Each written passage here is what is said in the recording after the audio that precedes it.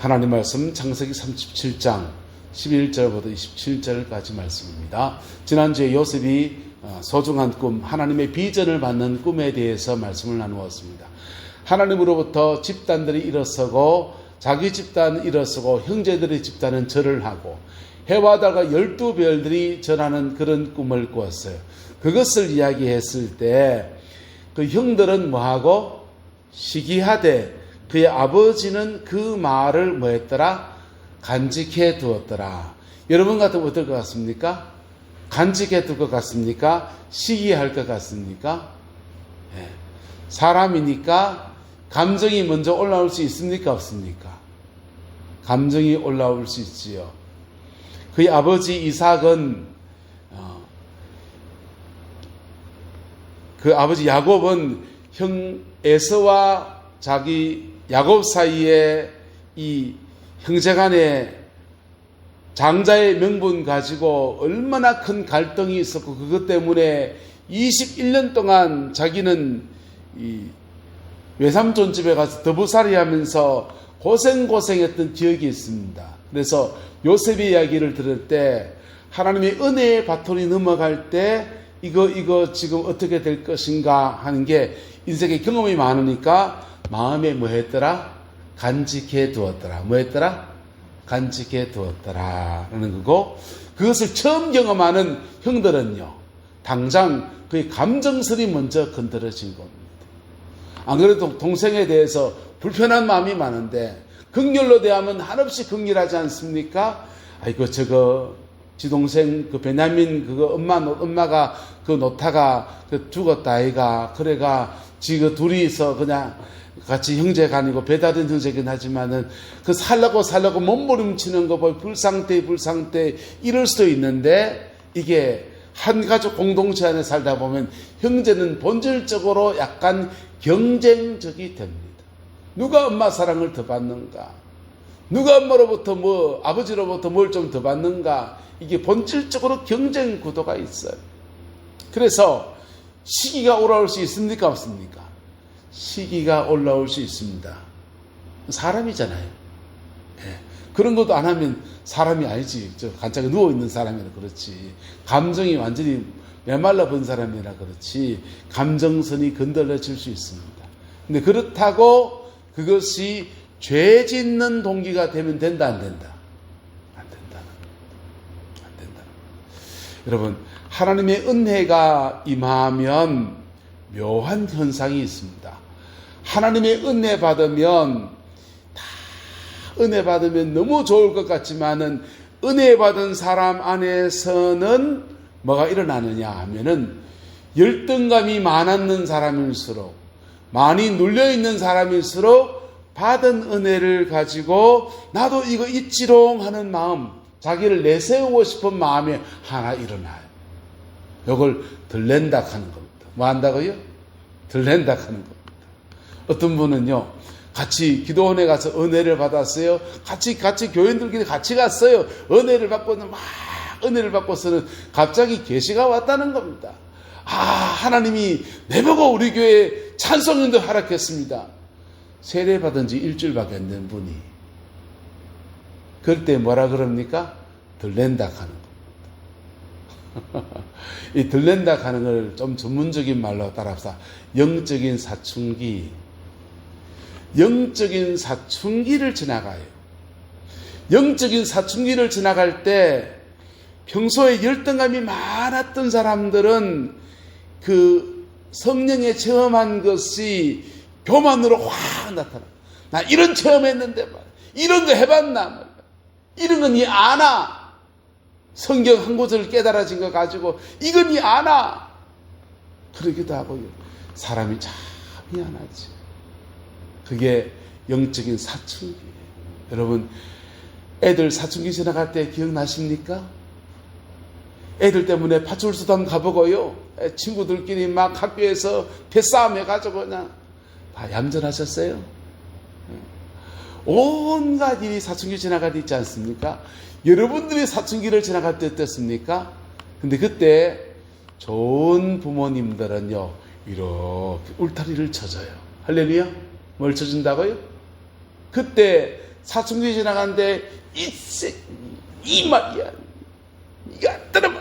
그래서 애들한테 너무 다그치면요, 애가 더 푹 튀면서요, 어긋나 버리잖아요. 사춘기 잘 보내야 되잖아요. 그죠? 여러분, 은혜 받으면 우리 교회 공동체 안에서도 누가 깊은 은혜를 받았다 할 때 사춘기가 일어날 수 있다 없다? 있습니다. 많이 봤습니다. 저는 많이 봤고 내 안에서도 영적인 사춘기가 발동하는 것들을 경험해 봤어요. 그런데요, 그때 좋은 영혼의 부모 같은 사람이 있으면 이렇게 좀 기다려줘요. 할렐루야. 뭐 해준다고요? 좀 기다려줘요.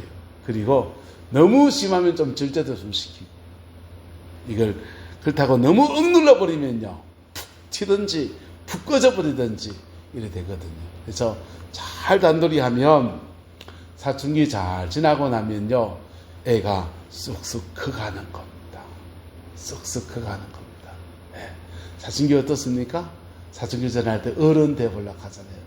제가 초등학교 졸업하고 중학교 들어갔는데, 중학교 들어갔습니다. 그 무단히 서랍에 아버지가 담배를 피다가 하나 내놨는데, 무단히 그거 담배 한 가지 꺼내가지고 이런 건 말로 필락 하는 거, 그랬던 기억이 납니다. 그거 왜 합니까? 이상해요. 사춘기를 지나갈 때 사람의 몸속의 호르몬 자체가 어른이 돼보고 싶은, 어른 흉내를 내보고 싶은 그런 게 있어요. 성령 체험을 하는데도 마찬가지예요. 성령 체험하고서 은혜를 팍 받으면 영적인 사춘기를 지나갈 때 성령 충만한 그런 분들처럼 나도 한번 해보고 싶어요. 그래서 아무나 붙들고 막 안수기도 하고요. 막 내가 우리 교회 찬양인도 해야 된다 하고, 심지어 강대상에 목사님보다 내가 설교 더 잘한다 해잡고요. 해봤어 어떤가? 근데요, 그때 아이고 이해한다 그러고 밥 한번 사주고 달 다독거리고 이래 지나가면요, 그것도 잠잠해져. 찻잔 속의 태풍으로 이래 지나가는 거예요. 할렐루야. 찻잔 속의 태풍이어야지 이걸 막아요. 그래 때려 이래 버리면요, 이게 넘쳐버려요. 넘쳐버리면 사춘기 잘못 지나갈 때 부모가 울타리 못 대주면 조폭되듯이요, 그만 그럴 때 정말 영적으로 어려워집니다. 그래서 이단들이 그래 나오는 거예요. 어쨌든 요셉의 성령 충만한 은혜를 입어서 그가 그거는 진짜잖아요. 꿈은 진짜잖아요. 하나님이 주신 꿈이잖아요. 그런데 그 꿈을 표현하고 그 표현 안에서 그 꿈 가운데서 내가 그걸 감당할 제목으로 자라가는 과정을 잘 지나가야 되는데, 그거 잘못 지나가니까 그게 들레게 됐고, 들렸더니 형들은 그거 가지고 뭐하고 시기하고 또는 정죄하고 판단하고, 은혜 받다 고까지 못하냐, 고꼬라지냐, 이 소리 많이 나온다고요. 그런 소리 하면 안 돼요. 은혜 받아도 사람은 사람이에요. 할렐루야. 자, 근데 아버지는 그 과정을 지나갔기 때문에 마음을 간직해 두었더라 했습니다.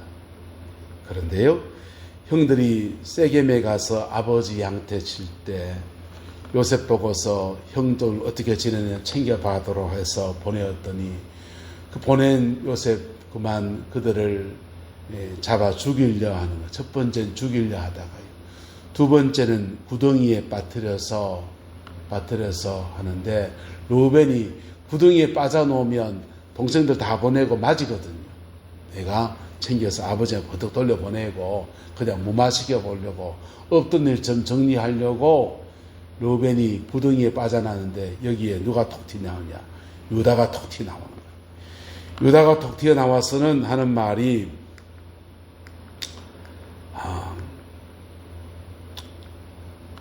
보세요. 이스마엘 사람들이 애국까지 무역하려고 하는데, 행상을 메고 가는데 유다가 말합니다.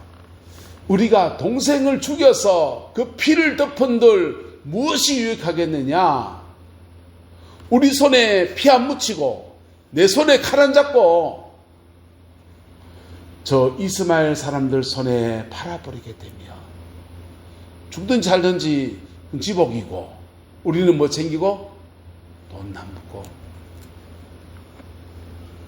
그래서 돈 받고 요셉을 팔았죠. 자, 이거 악한 일입니까? 악한 일 아닙니까? 악한 일이에요.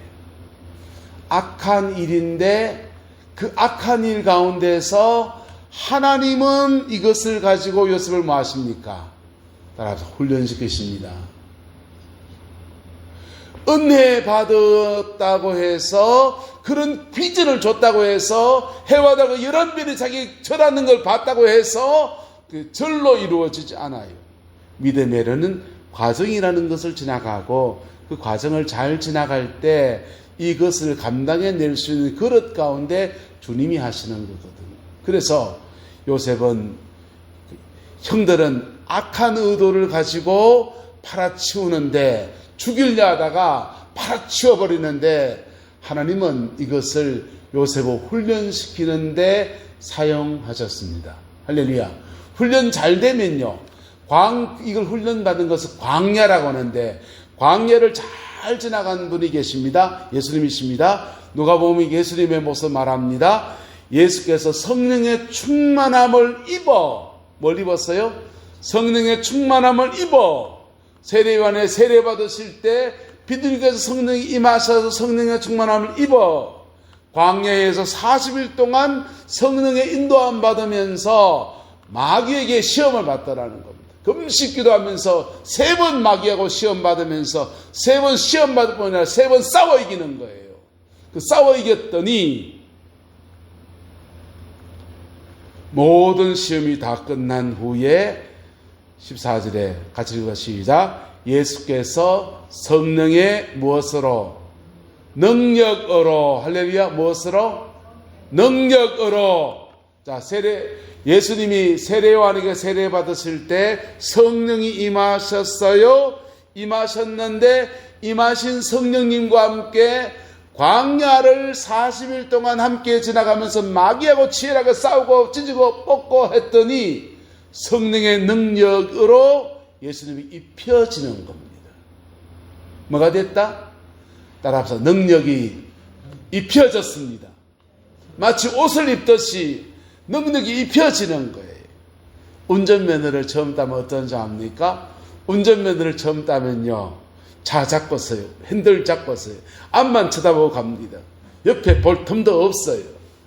뒤에는 어떻게 돌아봅니까? 뺑 밀려 있어요. 실컷 볼 틈도 없어요. 빠꼼하게 열어보고 갑니다. 그래. 그리고 좁은 도로 골목길 만나면요. 차를요. 어떻게 틀어야 될지 몰라가지고 차폭이 감이 안 오니까 여기 콩, 저기 콩, 여기 콩, 저기 콩 난리 납니다. 근데요. 운전에 익숙해지고요. 그러면요. 차하고 내하고 한 몸이 돼요.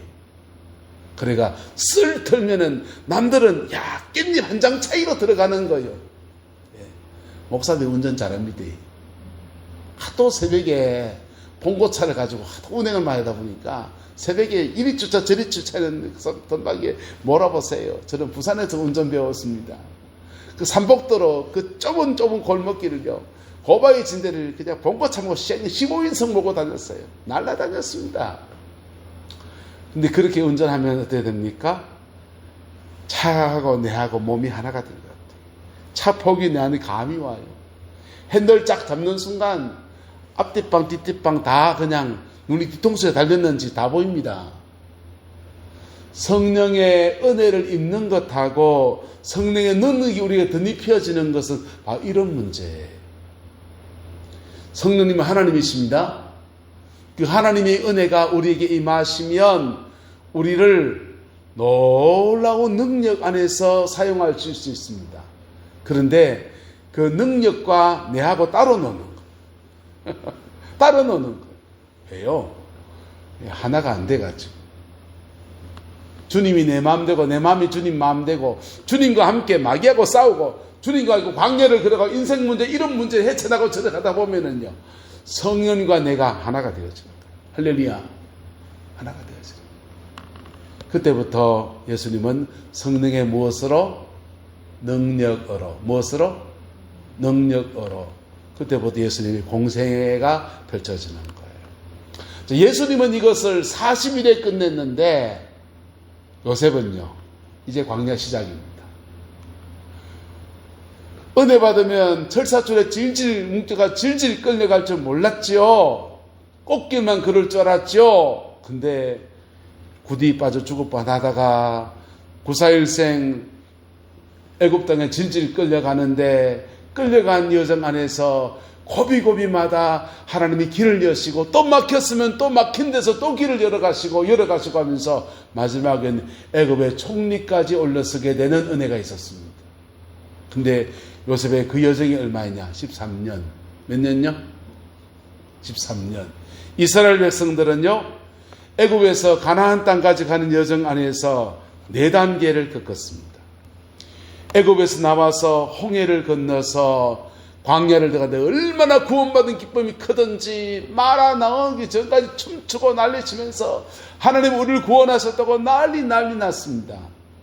마라 만났습니다. 선물을 만나니까 아까 춤추는 거 어디가 않고 구원받은 감정은 어디가 않고 불평이 그냥 오리 입이 돼가지고 이래 돼가지고 나와가지고. 근데요, 하나님이 그때 불평한다고 한테 지박지 않았습니다. 왜요? 신앙이 어리니까. 뭐하니까? 어리니까.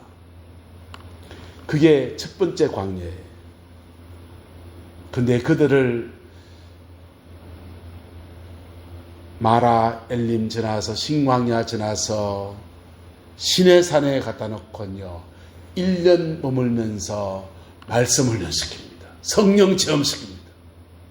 성령 충만, 하늘에서 불이 떨어져서 시내산 저쪽에 불로 타는 것도 보고요, 십계명의 돌판이 내려온 것도 보고요, 레위기의 말씀을 가지고서 모세가 주의 백성을 양육하고 거룩한 삶을 양육하고 깨우치고, 그리고 하나님과 언약을 맺자하면서 손을 잡아서 피를 가져가서 뿌리면서 하나님과 우리는 언약의 백성이 되었다 하면서 시내산에 언약을 맺습니다. 이게 훈련이에요. 따라서 구원, 훈련. 그 훈련됐으면 믿음으로 이게 1년 반 지났습니다. 믿음으로 이제 가데스 바네아로 가서 가나안 땅에 안악 자손이 있든지 큰 놈이 있든지 뭐 있든지 간에 주님 우리에게 맡겼다 정복하리라 하면 광야 끝. 그럼 1년 반에 광야 끝나요. 근데 1년 반 광야 끝날 가데스 바네아에서 거기는 그래 큰 사람들이 있는데 우리는 메뚜기 같이 어째 사노 어째 이기노 다 죽일라 하냐. 예, 또다시 난리 났어. 그랬더니 하나님이 광야 한 바퀴 더 돌아라. 38년의 광야, 우스리 광야를 또 걷게 됩니다. 이게 징계입니다. 그 징계, 38년 징계가 끝나고 요단강에 이르렀을 때 요단 동편 땅을 먼저 정복해요. 그리고 요단을 건너갑니다. 뭘 건너간다고요?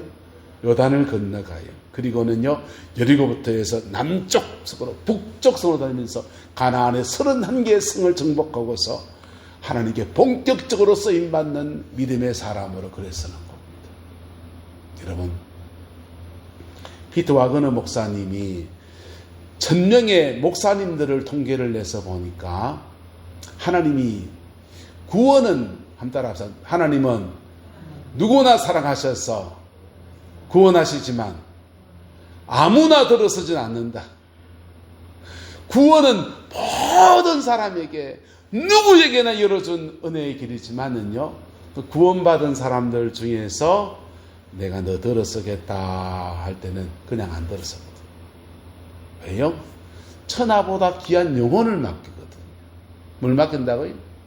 천하보다 귀한 영혼을 맡깁니다. 최 군사님 옛날에 토마토 농사 지을 때 일손이 만약에 여름에 되게 급해가지고 3단 다닐 때 막 북적잖아요. 그때 날품 하나 사람은 드러났습니다. 저 같은 놈 들어놓고 토마토 좀 따라봐라 했더니 뭐 이거 따다가 한 개 좀 먹고 픽 던져놓고 저쪽에 낮잠 잡고 자고 앉았고요. 예. 그리고 끝날 때 일당 달락하면 주겠어요, 안 주겠어요? 한해 농사인데 니 같은 게 이러면서 그렇지 않겠습니까? 여러분, 하나님이 일을 시킬 때는요, 주의 사명을 맡길 때는 그냥 못 줘요. 왜요? 감당할 수 있어야 되거든.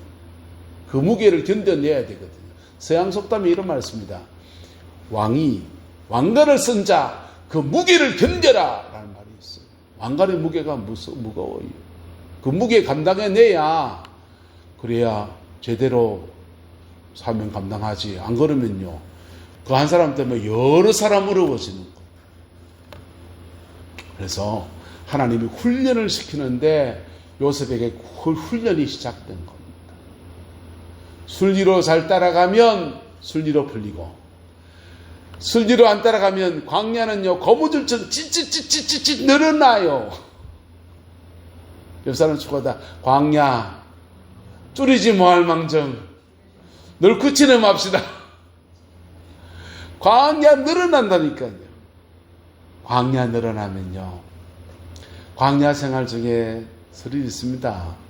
구름 기둥도 떠오르고요, 불 기둥도 있고요, 만나도 내려주시고, 매출하기도 하고요, 기가 막힌 승리도 하고요, 목마를 때 물 터쳐주시고요, 길을 인도하시는데, 야, 어떻게 이런 길을 인도하시냐. 신발이 헤어지지 않고요, 옷도 헤어지지 않고 한 벌 신사인데 그거하고 40년 버텼어요. 근데요, 이 광야 지나가면 가슴 아파요. 힘들어요. 힘든 건 좋아요. 하나님과 친한 건 너무 좋아요. 저는 제 인생의 광야라고 하는 것들을 지나고 보니까 늘 자주 말씀드리지만은 저는 좋더라고. 하나님의 은혜 제일 많이 받을 때고, 갈급하니까 맨날 기도하러 다니고. 근데 돈이 없이 아비노릇 뭐 해줍니다. 그게 제일 가슴 아픕니다.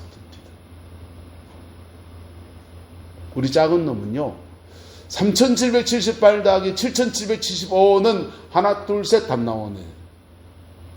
초등학교 때 수학에 너무 똑똑해가지고, 야, 너 서울대 보내야 되겠다 했어.